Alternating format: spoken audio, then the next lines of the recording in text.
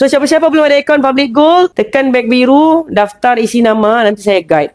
Simpan emas kat Public Gold ni fleksibel tuan-puan. Tak payah mau takut, risau. Tak ada paksaan. Saya pun dengan penyimpan emas saya relax saja.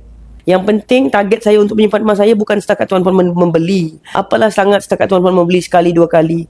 Tapi saya punya aim adalah supaya tuan-puan akhirnya capai time and financial freedom. Kaya dengan emas. Ada strategi-strategi dia tuan-puan. Dan Alhamdulillah kalau tuan-puan tengok dalam empire saya bila saya buat live, saya banyak cerita testimoni. Sebab daripada testimoni tu bagi inspirasi kepada kita. Kalau orang boleh, aku pun boleh. Kalau orang umur 70 boleh lagi menabung, boleh lagi saving duit pension dia. Takkan kita yang duit masuk bulan-bulan tak boleh? Mesti lagi boleh. Cuma kita mungkin senang tertarik dengan circle kita yang suka ajak shopping, suka duduk dalam grup-grup personal shopper, suka pergi healing sana sini. Bukan cakap salah benda tu tuan-puan, tapi mungkin belum masanya untuk kita. Kita ambil masa, kalau saya tengok dalam tim saya, 2-3 tahun saja untuk membina kekayaan betul-betul ni. Untuk dapat income, untuk dapat save banyak setiap bulan. Ambil masa sikit je. Especially kalau tuan-puan background business.